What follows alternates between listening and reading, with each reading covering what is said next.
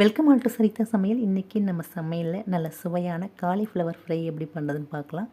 இப்போது அதுக்கு ஒரு பாத்திரம் எடுத்துக்கலாம். இதில் 1 லிட்டர் தண்ணி சேர்த்து நல்லா கொதித்ததுக்கப்புறம் அடுப்பை ஆஃப் பண்ணிக்கலாம். இதில் அரை ஸ்பூன் மஞ்சள் தூள், 1 ஸ்பூன் உப்பு சேர்த்து நல்லா கலந்து விட்டு ஒரு நார்மல் சைஸ் காலிஃப்ளவரை சின்ன சின்ன துண்டாக கட் பண்ணி சேர்த்துக்கலாம். 5 நிமிஷம் சுடு தண்ணியில் ஊறினதுக்கப்புறம் இதை நம்ம வடிகட்டி எடுத்துக்கலாம்.